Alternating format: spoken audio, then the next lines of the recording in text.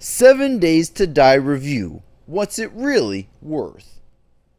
7 Days to Die is an open world survival horror video game developed by Fun Pimps and published by Fun Pimps and Telltale Publishing.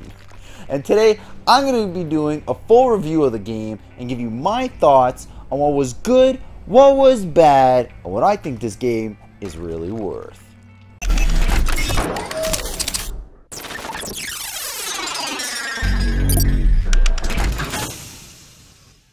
7 Days to Die was released on Linux, Windows, and OS X on December 13th, 2013, and on PlayStation 4 and Xbox One on June 28th, 2016.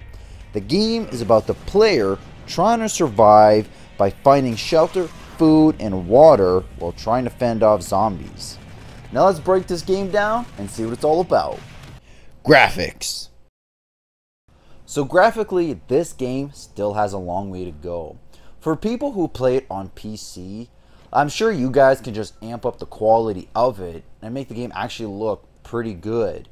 But on console, not so much. Now when you go to buy the game online or see pictures of it, it doesn't look like that. We'll just say that. Because I've seen pictures of it that they're trying to show it off, but me playing it, and I played it on the PS4, way off, does not look like that whatsoever. It's definitely not as good. Like, it should be a lot better, and the textures and all that aren't that great. There's some glitches and some lags, and it is just kind of annoying, honestly. It gets in the way of the game. Now, even though I know games like this aren't made for graphics, they're more for gameplay. But even then, the gameplay is still a little iffy to me. Music. There's not really much for music in this game. There's a song that plays in the main menu, but that's about it.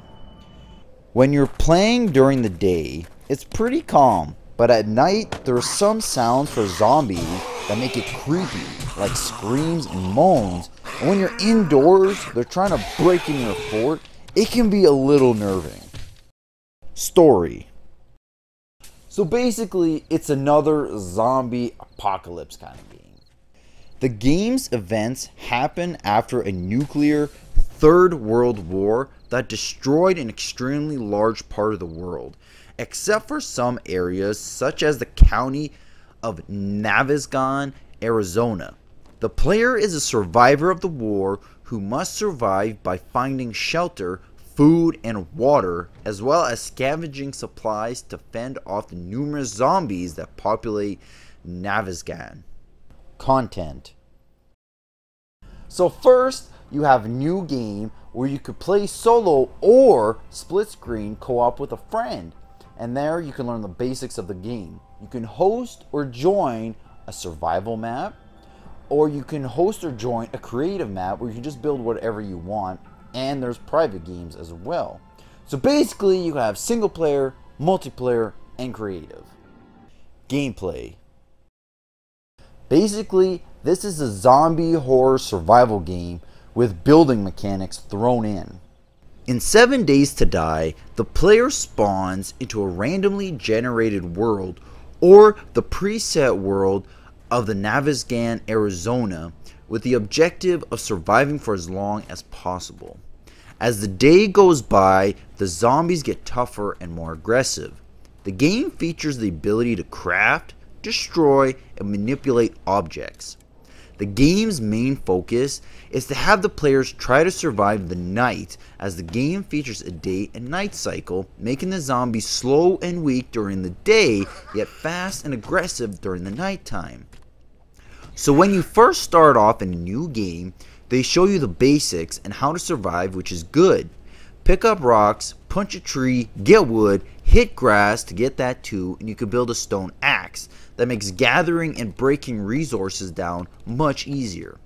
There's a lot of different things you can build, and I have no issues with the crafting system in this game.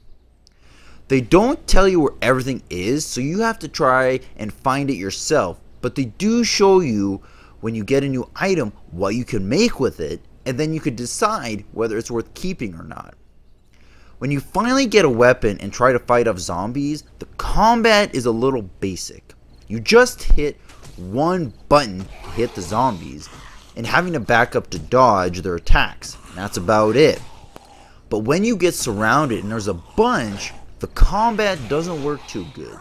The game is very realistic when it comes to that. Zombies can kill you very quick in this game if you are not careful.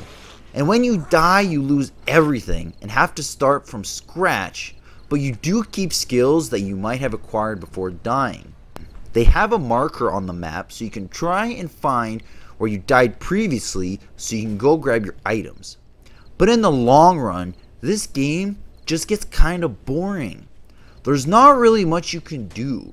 When you start off trying to live and find shelter, it can be fun. But when you get to that point and no zombies are even coming after you, what's the point? There's no real objective of this game. You just survive and that's it. Go out, find water, food, and shelter, and then you just sit there.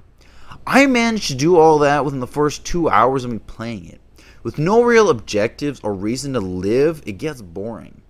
Now when you play online, you have to deal with other players trying to kill you too, but even then, it's just whatever, and most of the time, you get dropped from the servers. This game is basically Minecraft, but more realistic and with zombies. Alright, so now let's get down to the final verdict on what I think this game is really worth. So for PS4 and Xbox One, it is $30 in the US and $40 in Canada. So for everything you get, open world zombie game, co-op split screen, bad graphics for current gen consoles, online gameplay, terrible online servers, gets boring fast, easy to play and understand. Alright, so for my final verdict. Now I can see this game having a love-hate relationship with some people. I can see how some people would like it and some people who wouldn't. Personally myself, after playing it for a few hours, it wasn't my thing. I was kind of bored with it. Like, just the idea of really just surviving. And I mean, yes, you can build stuff, but all in all, it just didn't really impress me too much. It didn't grab me. There wasn't enough there. Like, and I just can't have an objective where you survive. Like, I'm sure other people can, but maybe for some, that's not enough. A good example would be the game The Forest on PC, which I have played as well. It's basically the same concept, you know, instead of zombies, they're cannibals, you crash on an island. But, you know, you gotta survive and build stuff from scratch, you know, like the Minecraft thing. But in that one, you have kind of an objective where you live, but you can explore and find secrets and find underground tunnels with, like, secret labyrinths and even creepier creatures down there. And to try to find your son. Like, that's an objective that I can go with. Survive and find your son. Like, that's cool. But just survive alone and build, that's not quite enough for me. But anyways, for my final verdict, I don't think this game is really bad. It's just okay.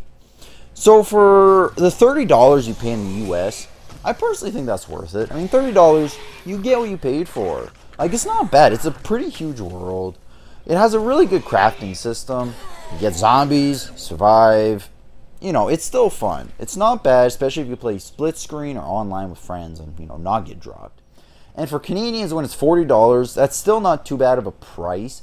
But if you really are interested in buying it, but you're kind of hesitant on the $40, honestly, I would say just wait till it goes on sale, maybe. And I think you'll be satisfied then. So this game, honestly, I would say it is worth the price.